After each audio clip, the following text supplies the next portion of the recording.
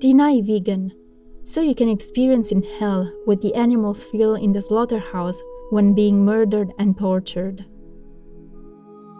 Our programs offer many languages. Please visit suprememastertv.com/schedule. To the Rosicrucian, karma is commensurate with the law of causality. Thus, if one sets into motion a series of creative, morally good acts, they will ultimately redound to the benefit of the individual. Please continue watching for more on the Rosicrucian teachings of karma.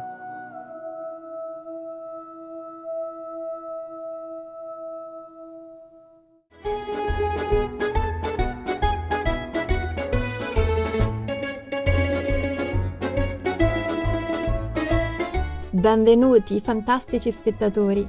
Siamo felici di avervi con noi. That's welcome, amazing viewers! We are happy to have you with us in Italian, the national language of San Marino. I am Sofia. The friendly people of San Marino appreciate your benevolent vegan lifestyle and all the positivity it brings to the world's co-inhabitants, both humans and non-humans alike. By following the path of love and compassion, may the Providence shield and protect you. Welcome to an analysis of karma from the Sanctuary of Self, Rosicrucian Order Library, Part 1 of 2 on Words of Wisdom. The ancient mystical order Rosicrucis, also known as the Rosicrucian Order AMORC, is a worldwide cultural, educational, and philosophical organization that is perpetuating the profound and practical teachings of the Rosicrucians. These teachings, as passed down and added to over the centuries from ancient Egypt to Europe and now all over the world, pertain to the mysteries of the universe, nature, and humans themselves. The Rosicrucian Library is a source of spiritual wisdom and insight that includes the important writings by the respected imperators of the order, such as Dr. Harvey Spencer Lewis, Ralph M. Lewis, and Christian Bernard. Today, we will present excerpts from Frater Ralph M. Lewis's book, The Sanctuary of Self, chapters 8 and 9, entitled Causality and Karma in Effect, respectively. These chapters provide an understanding of the concepts behind karma, as well as the Rosicrucian interpretation of karma and its links to the laws of causality.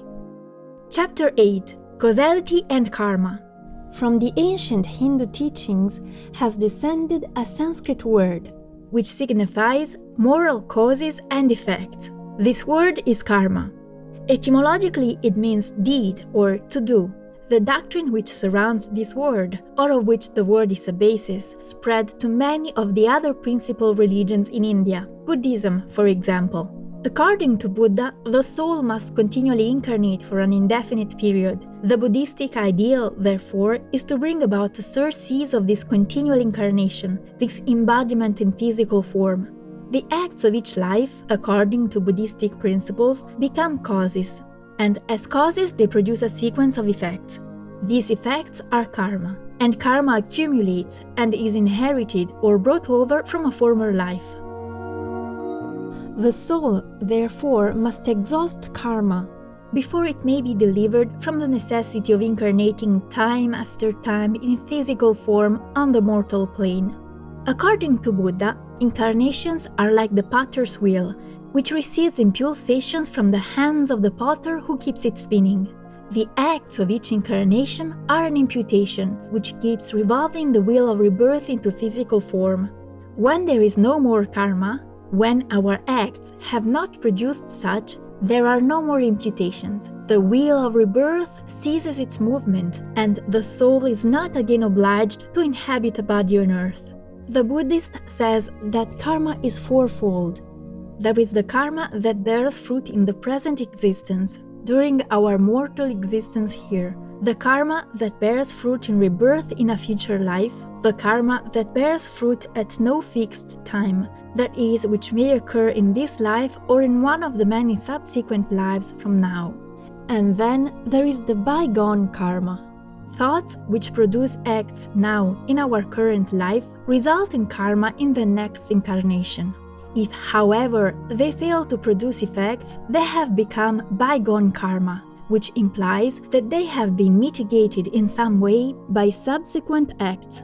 The Buddhist makes plain that the blame for our deeds is strictly our own. It is strictly a personal responsibility. We cannot transfer the responsibility to others. The Buddhist further contends that there is no escape from our own deeds. The effects must follow the causes into the heavens, into the sea, or into the earth. He points out that when we experience evil, we learn to flee from it. This does not mean an escape, but once having known what effects follow from a cause, we learn to avoid such causes. To the Buddhist, karma as a law is inexorable. There are no exceptions, no deviations. The Buddhist doctrines include two general kinds of karma. One is pure and the other is impure. Impure karma necessitates further existence. It requires incarnation again in mortal form. In impure karma, the suffering is always proportionate to the deed itself. The extent of the evil of the act determines the consequence or effect. Here again, we have the principle of retribution for the act. Pure deeds of karma eventually stop the wheel of rebirth. The soul is liberated from further imprisonment in physical form. Chapter 9. Karma in Effect. Rosicrucian mysticism also employs the doctrine of karma, but its application is considerably unlike that of its Oriental predecessors. To the Rosicrucian, karma is commensurate with the law of causality. For every effect, there must be both an active and a passive cause. Every act, mental or physical, brings about a result which has a value related to the cause itself.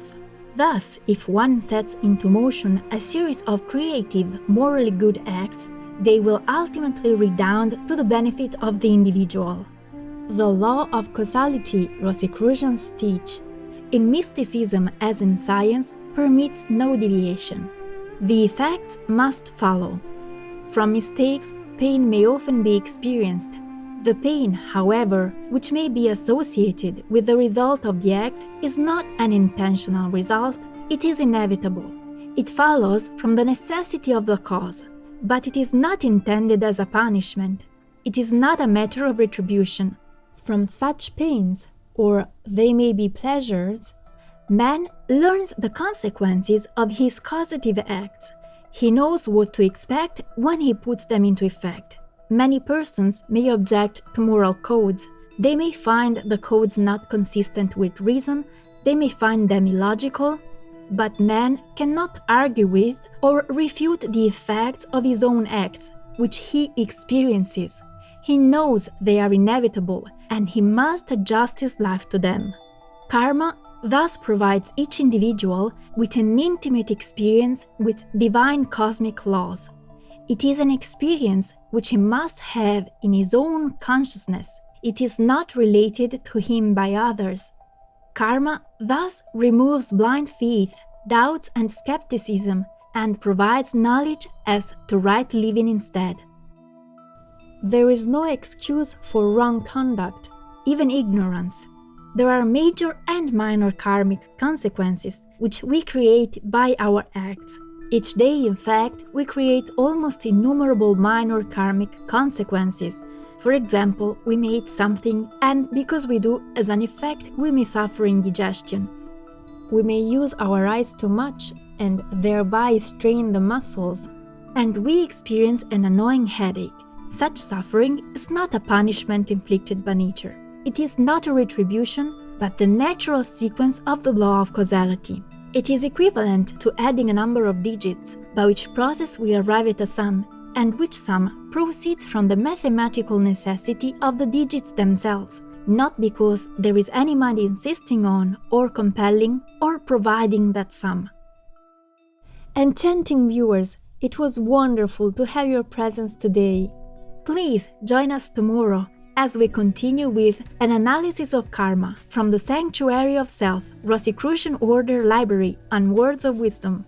Coming up next is Afghanistan, Ancient Culture and Beautiful Heritage, Part 3 of 3, right after Noteworthy News. May your quest for understanding and wisdom from God Almighty lead you to righteous and noble actions. When people ask me why I don't eat meat or any other animal products, I say because they are unhealthy, and they are the product of a violent and inhumane industry. Chickens, cows, and pigs in factory farms spend their whole lives in filthy, cramped conditions only to die a prolonged and painful death. Casey Affleck, vegan. Our programs offer many languages. Please visit suprememastertv.com/schedule and suprememastertv.com/WOW. Nos programmes offrent plusieurs langues. Veuillez visiter suprememastertv.com/schedule et suprememastertv.com/WOW. Nuestros programas ofrecen varios idiomas. Visiten suprememastertv.com/schedule y suprememastertv.com/WOW. Nasze programy oferują wiele języków. Prosimy zobaczyć suprememastertv.com/schedule oraz suprememastertv.com/WOW.